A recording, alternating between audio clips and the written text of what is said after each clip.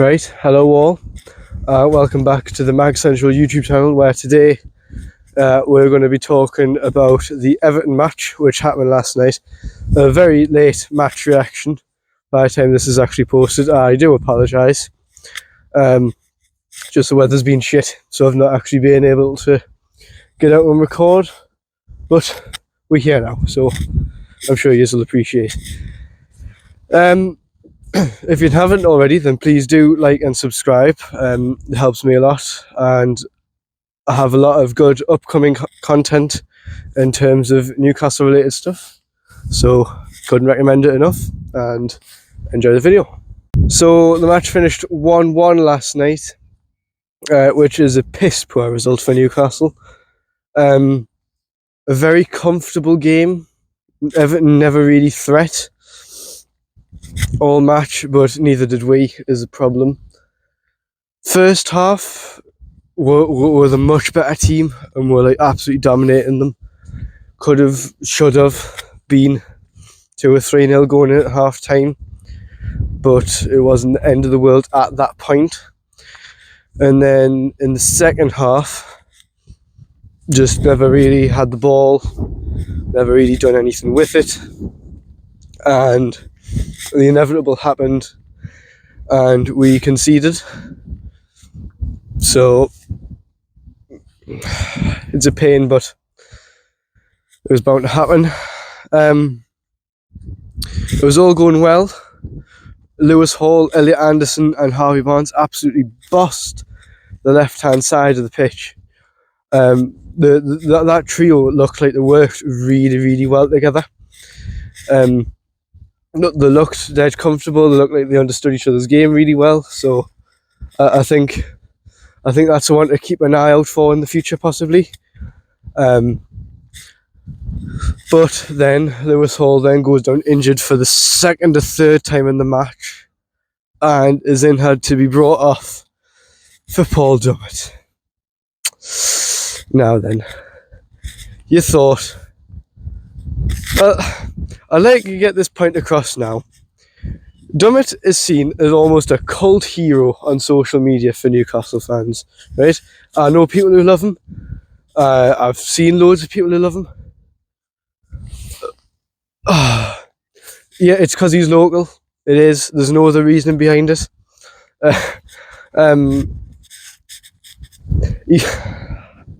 He wasn't good enough for when we're shit. And now we're relying on him to keep clean sheets. And probably one of the best teams we've had in the last 20 years. Like in the days of the backline of him, Lejeune, Clark, Hanley, whoever, right? He looked shit with them. And he's still bloody playing for. He wasn't good enough. He wasn't good enough then. So we think he's good enough now. I've just been saying that he's getting another contract. What the hell for? Like, I know there's an injury crisis. Don't get us. Like, there's an injury crisis, yeah. But Paul Dummett, he's the solution to Botman and Lascelles being injured. We're relying on someone who wasn't good enough 10 years ago when he was young, to someone who's definitely not good enough now that he's old. Paul Dummett. Paul Dummett. I'd rather have fucking Paul Hollywood at left back. I really would. He'd put more of a shift in. He's probably faster than Dummett. Probably got more defensive ability than Dummett. What the hell was he thinking? I'm laughing because he's actually like, he's got him in a headlock. Ashley Young, right? He's a horrible little shit as a total side note. But he hadn't done out all game. All he'd done is whinge onto the referee, who the referee might as well have not been there last night, honestly. He didn't give any fouls away. Didn't book players for kicking the ball away. Like both teams, he didn't book them. It was like, does this bloke actually know what the rules are? It was a real pain in the ass. But anyway, back to Ashley Young and fucking Dummett. Ashley Young is by himself in the box. Where he is, with that ball coming in, he is going to do nothing with it. Nothing with it. He wasn't anywhere near it, right? It was nowhere near it. And then Dummer gets him in a bloody headlock and pulls him to the floor. What's he doing? What is he doing? Dumbo, living up to his name, like, Jesus Christ. Honestly. He wasn't good enough then. He's not good enough now. He has to go. He has to go. He has to go. Has to go. Has to go. Has to go. But he's going to get another contract and probably be here until the day he dies. Moving on to much more positive news, actually. Isak scored again last night, created by a lovely ball over the top by Harvey Barnes, to which Isak went on another mini little mad run, took it through the £100 million Jared Branthwaite, and just slotted it past the T-Rex in goal. Isak now actually has one of the best goal per game ratios in the Premier League. Whether he has one of the best goal per game ratios in Europe or the world, I don't know. I'll put it about here, these actual stats. But yeah, so he was scoring again last night. But the positive news that's come out today, actually, he in an interview has sworn his allegiance to the club, saying that, I'll put his exact quotes on the screen, saying that he loves playing here, he signed for the project and he wants to help with that project, and he loves playing here. Perfect.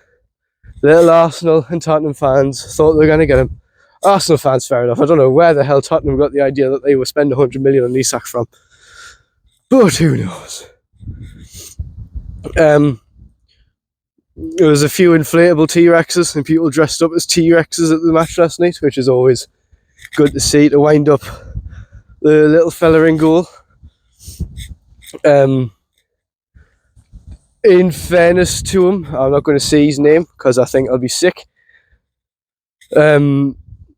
He kept Everton in it. When TNT said he was man of the match last night, I was like, how the hell is he man of the match? And then when I've looked back and I've thought, he's made quite a good few saves actually. He probably has kept them in it. But yeah, still hate him. Still sad macking bastard. And he's got 3 heats, so that's all I've got to say about him. Dan Burn had a good game, believe it or not at left back, at centre back, his actual position. Looked really solid, was unlucky for his goal which was ruled out. So, fair play to him. Had a lot of criticism in the last few weeks, but he done well, had a good game. Couldn't fault him for anything. Penalty, just a penalty in it. Dubravka got a hand to it, but again,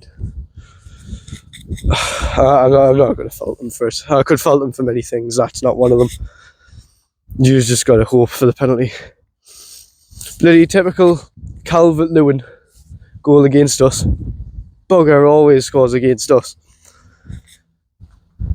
I know this isn't Newcastle related as such. Everton's bench, the players on Everton's bench were better than the starting 11. How the hell is Beto, the big useless striker, on ahead of Calvert-Lewin? I think Calvert-Lewin's useless, don't get us wrong, but he always scores against us. And then Jack Harrison, used to play for Leeds. He's good. Well, I say good. He's lower half Premier League table player, but he still would have made a difference over. Whoever they actually ended up having on the wings. Dwight McNeil. He's rubbish, isn't he? Absolutely shite. He was 1-on-1 and in the 97th, 98th minute, and you just thought he's not going to score here. He tried to take on a few players in terms of skills, but you just knew what's this knob doing? But hey ho. Obviously, aside from the match, obviously Fulham match reaction this Saturday or Sunday, depending on a few things, to be fair. But in terms of other content, I'll probably be doing a few TikToks here and there. Obviously, I'll still be posting on the Instagram where it all started. But apart from that, I've got nothing for the immediate, like in the next day or two, unless some sort of like massive breaking news comes out. I do have that transfer video ready. I just need to actually record it. I've got the players who I want. Just I don't know when I will actually be able to record it is the problem. But I think that wraps that up. I hope you have enjoyed. Please do like and subscribe if you haven't already. And I will be seeing you in the next one after Fulham.